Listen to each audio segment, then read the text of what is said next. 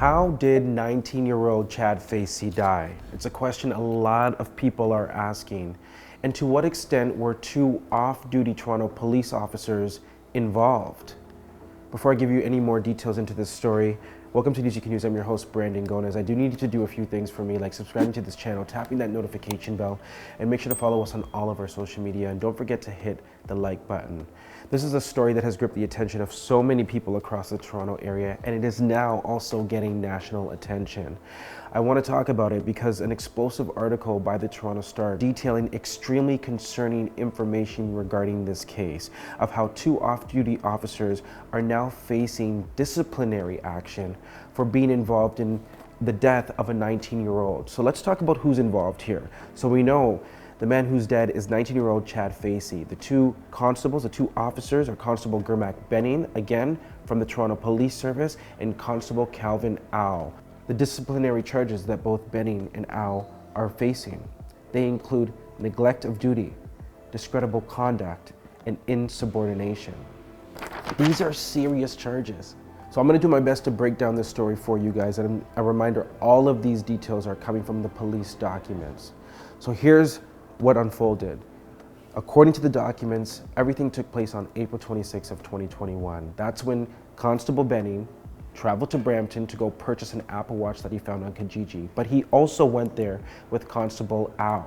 Both of them, though, were off duty at the time, meaning they were not working. They went there to go meet up with Chadd Facey, who was selling the watch. Now, the exchange happened.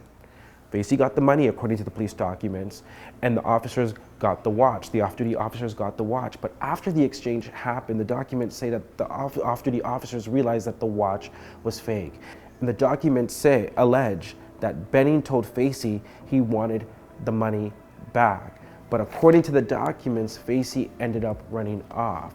So the two off-duty officers ended up chasing Facey. They went back into the car, according to the documents, and they were able to catch up to him, at which point Officer Benning was able to get the money back while Officer Au took the mail to the ground, and I quote, that's what was in the police documents. In fact, the documents also say that Au was engaged in a struggle with the mail on the ground and continued to try to maintain physical control of the mail as the mail continued to try to get up off the ground. Now, the documents also reveal this, that a second male ended up in the vicinity of the situation, and as soon as he got there, that's when both Benning and Au got into their cars and they left. Who is that second male? At this point, it's not clear according to the police documents, but we can only assume that was one of the friends of Facey, because in the documents it also says that his friends, Facey's friends, were able to locate him. They found and saw him that he was unwell and that he had to be taken to hospital, transported by paramedics, and on that same day was pronounced dead. I can't sit here and tell you that these two officers are the reason that Facey's dead. That is actually what is under investigation right now. A spokesperson for the SIU, which is the Special Investigations Unit, that is the police watchdog that investigates any time a civilian is killed and there's an interaction with police with that. They confirmed to the Toronto Star this week that the medical cause of Facey's death has been determined, but they are not releasing that information because of all of the ongoing investigations at this point. But there's some really concerning details about this. And that is the fact that the SIU, they weren't informed about this incident. They didn't launch their investigation until 4 months after the date that Facey died. So the big question is, why did it take 4 months for the SIU to be notified? The Toronto Police Service, they say that they weren't notified until 4 months later as well.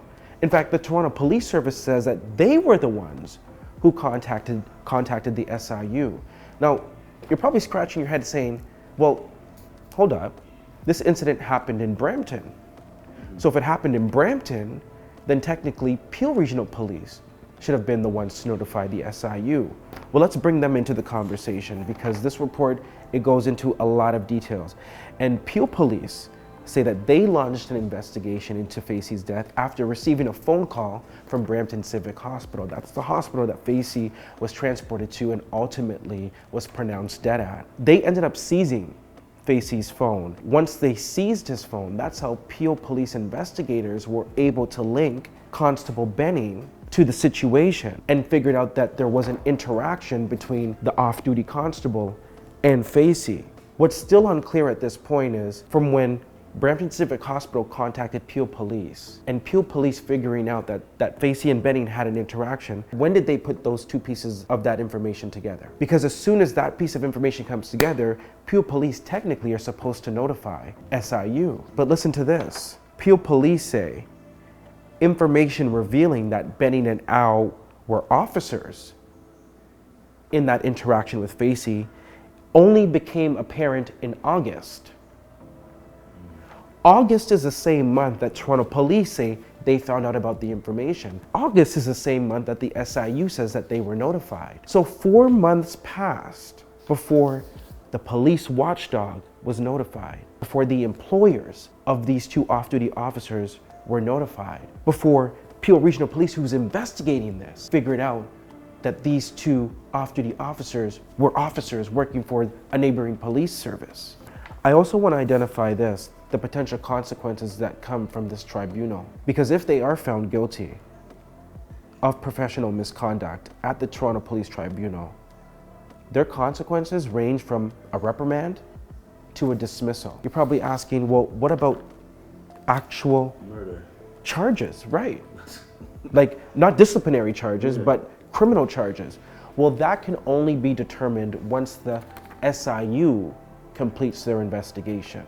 And unfortunately, we will not know anything further until the SIU completes their investigation. But here's what we do know.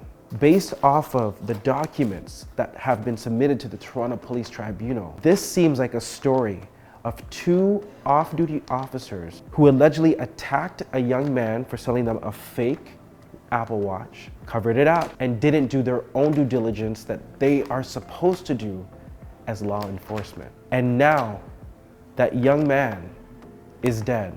We can't sit here and say these two officers are the people who killed him. We can't say that concretely.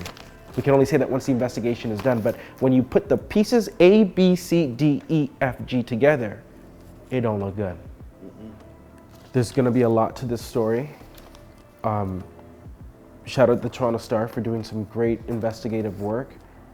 But for anybody watching this, understand this, there is a reason why police need to be held accountable. And if it wasn't for people who had a keen interest to digging and finding the truth, you have to ask yourself, how many other situations could there be out there like this? We'd love to know how you're feeling about this story. I can promise you this, we'll continue following this story here on our channel. And prayers to this man's family. Thank you for watching. Hey BG Squad, thanks so much for checking out our channel. And listen to this, we have more great content for you, like this video right here and this video right here. By the way, don't forget to subscribe to this channel right now and tap that notification bell.